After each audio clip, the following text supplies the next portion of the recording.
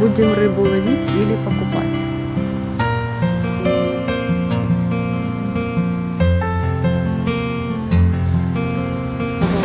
Потоки. Чистая. Рыба прям в реке. Да, вот они, видите, они прыгают. О, тут запруда на реке, и там рыба.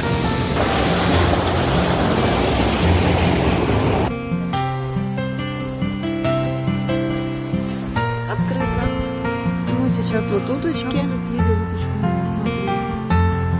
Да, тут ресторанчик.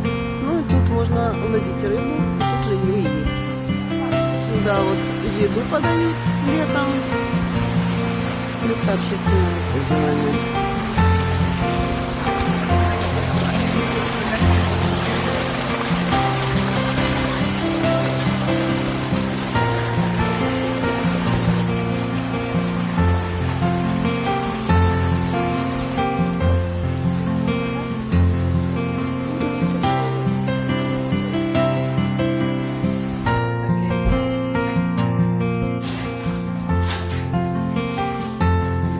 Сейчас нам выдадут чищенную рыбу.